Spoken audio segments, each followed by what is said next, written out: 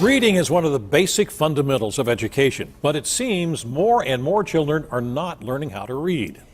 Excuse me, and while students nationwide are struggling to read, illiteracy in Pittsburgh public schools has reached a critical point. Now at least one school board member says a complete overhaul is needed. Here's KDKA investigator Andy Shan.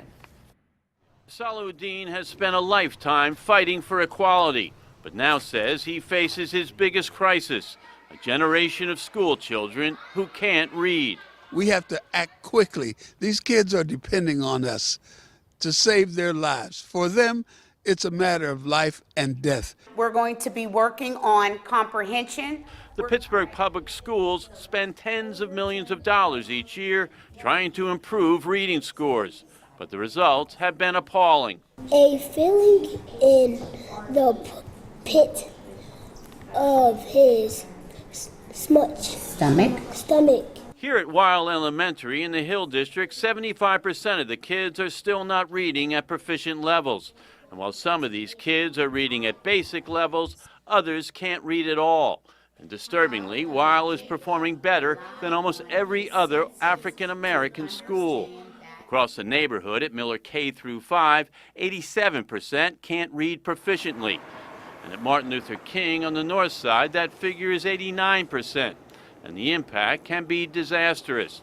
According to studies, including this one by the Annie E. Casey Foundation, if a child doesn't learn to read at proficient levels by the 3rd grade, he or she will fall behind and likely never catch up, and are, quote, all too likely to become our nation's lowest income, least skilled, least productive, and most costly citizens tomorrow. They'll struggle all the way through school.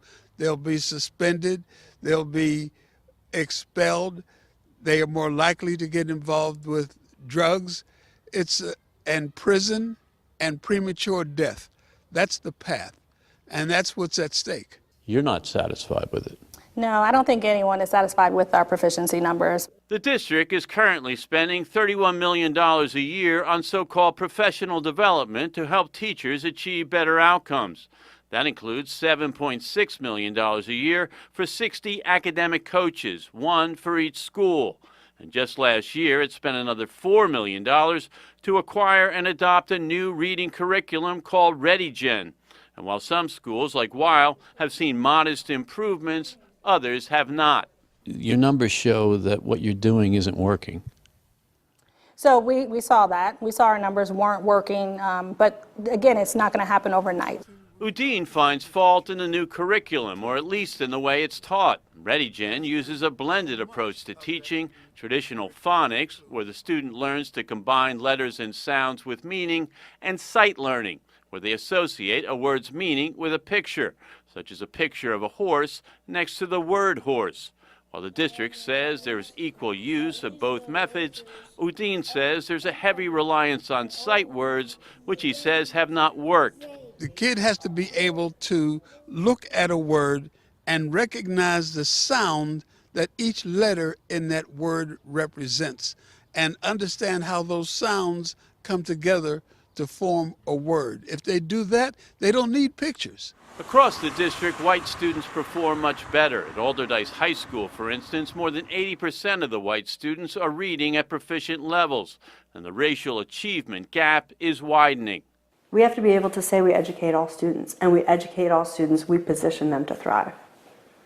And we're not doing that right now. Literacy expert Sarah Scott says the district is failing its minority students. And while she says phonics should be the bedrock of all reading instruction, the problem is deeper. Teachers need intensive training on how to teach reading, a very specialized skill. We should treat this as the most important problem that we have to attend to. We need to think really strategically about how to address the needs of all students. Now, the problem is not unique to Pittsburgh Public Schools. More than 30% of American elementary students are not reading proficiently. But locally, Udine is taking action, calling meetings with the administration and the teachers about a more comprehensive plan.